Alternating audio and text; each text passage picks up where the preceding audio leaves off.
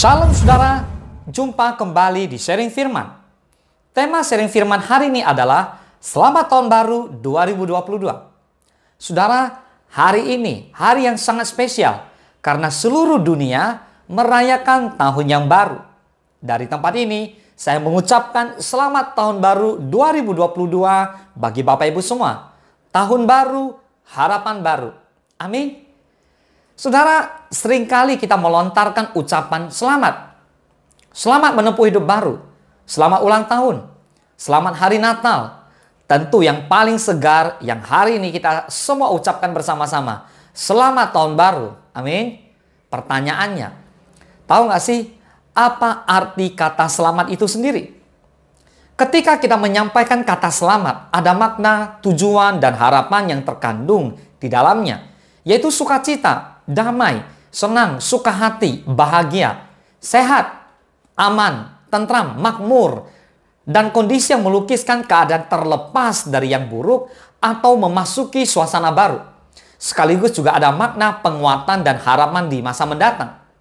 Di dalam Alkitab ada beberapa ayat yang bermakna selamat, seperti yang ada tertulis di Kitab Perjanjian Lama. Kita ambil di Keluaran 4 ayat 18. Lalu Musa kembali kepada mertuanya Yitro serta berkata kepadanya, "Izinkanlah kiranya aku kembali kepada saudara-saudaraku yang ada di Mesir untuk melihat apakah mereka masih hidup."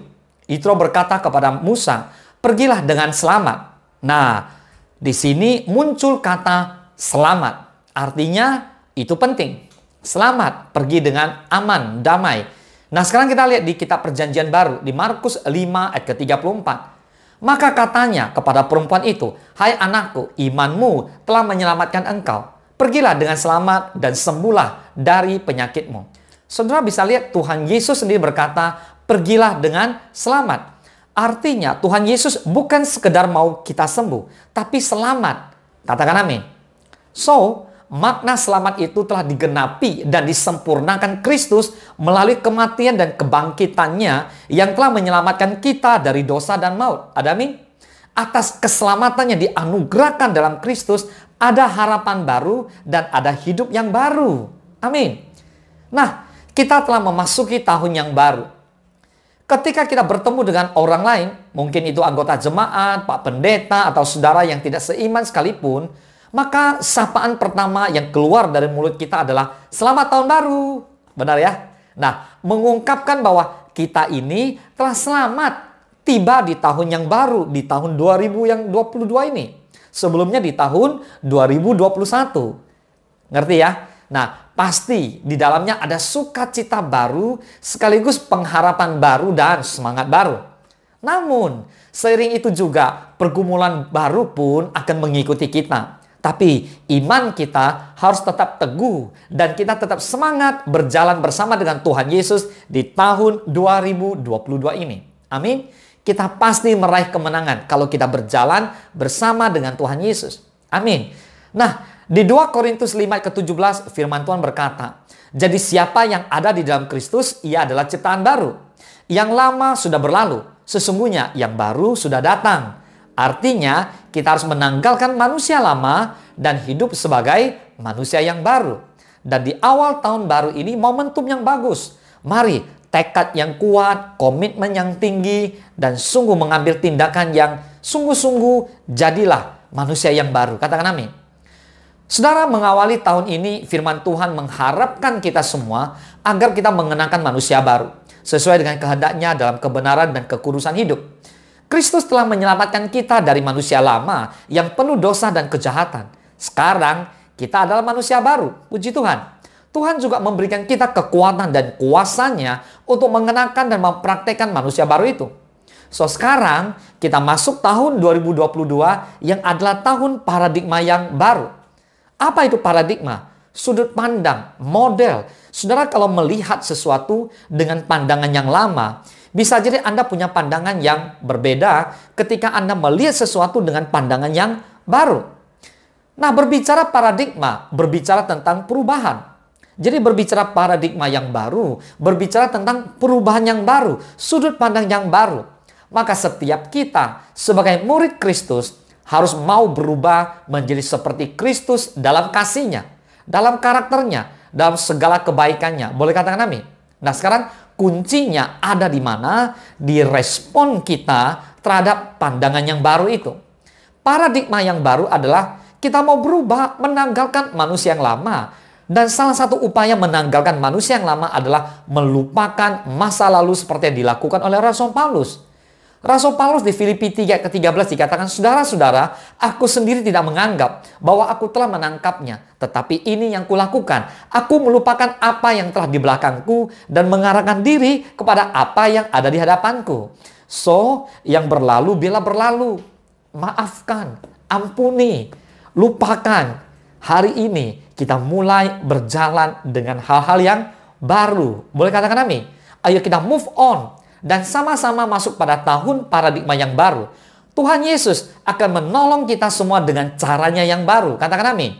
Di Yesaya 43:18 dan 19 dikatakan, firman-Nya, "Janganlah ingat-ingat hal-hal yang dahulu, dan janganlah perhatikan hal-hal yang dari zaman purbakala." Jelas Tuhan ingatkan, sudahlah, jangan lagi lihat-lihat yang dahulu. Tuhan suruh jangan perhatikan hal-hal yang dari purbakala. Dikatakan di ayat 19, "Lihat, aku hendak membuat sesuatu yang baru." Inilah paradigma yang baru, yang sekarang sudah tumbuh. Belumkah kamu mengetahuinya? Ya, aku hendak membuat jalan di padang gurun dan sungai-sungai di padang belantara. Bapak Ibu semua, lihat. Tuhan yang kita sembah adalah Tuhan yang kreatif. Tuhan Yesus mau buat jalan bagi kita semua di padang gurun. Ketika tidak ada jalan, Tuhan bukakan jalan. Tuhan suka untuk membuat jalan di sungai-sungai di padang belantara. Anda bisa bayangkan, di sungai-sungai di padang belantara. Wow, keren sekali. Saudara, di dalam Tuhan selalu ada harapan baru, dan Tuhan Yesus selalu punya cara yang baru untuk menolong umatnya.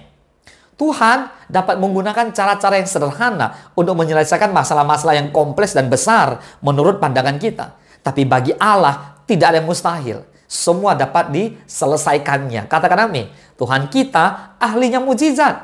Lihat bangsa Israel dipelihara Tuhan secara ajaib selama 40 tahun di padang gurun.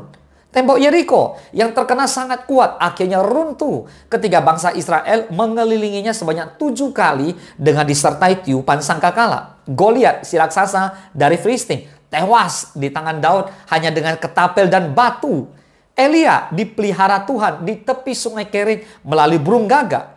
Tuhan Yesus sendiri dengan hanya 5 roti dan 2 ikan sanggup memberi makan 5.000 orang. Wow, kemuliaan bagi Tuhan. Katakan amin.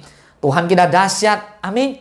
Nah, saudara, cara yang paling efektif agar kita masuk tahun yang baru dengan memiliki harapan yang baru, semangat yang baru, adalah kita semua memiliki paradigma yang baru. Dan bagaimana caranya supaya bisa punya paradigma yang baru? Yaitu dengan membaca Alkitab setiap hari. Amin. Berdoalah dan memohon kepada Tuhan agar setiap kita dipenuhi oleh Roh Kudus setiap hari. Katakan amin. So, setiap hari kita wajib baca firman Tuhan. Oleh sebab itu, marilah kita berusaha sekuat tenaga dan memohon pertolongan Roh Kudus agar hidup kita di tahun baru ini akan lebih baik, lebih jujur, lebih kudus, lebih rajin, lebih taat, lebih bermakna, lebih peduli, lebih punya kasih, dan lebih rendah hati di hadapan Tuhan. Boleh katakan amin? Selamat tahun baru 2022. Harapan baru dan semangat baru. Selamat memasuki tahun paradigma yang baru. Selamat mengenakan hidup baru di dalam Yesus Kristus, Tuhan dan Juru Selamat kita. Tuhan Yesus memberkati. Engkau sediakan hidangan di hadapan lawanku. Engkau mengurapi kepalaku dengan minyak baru kebajikan.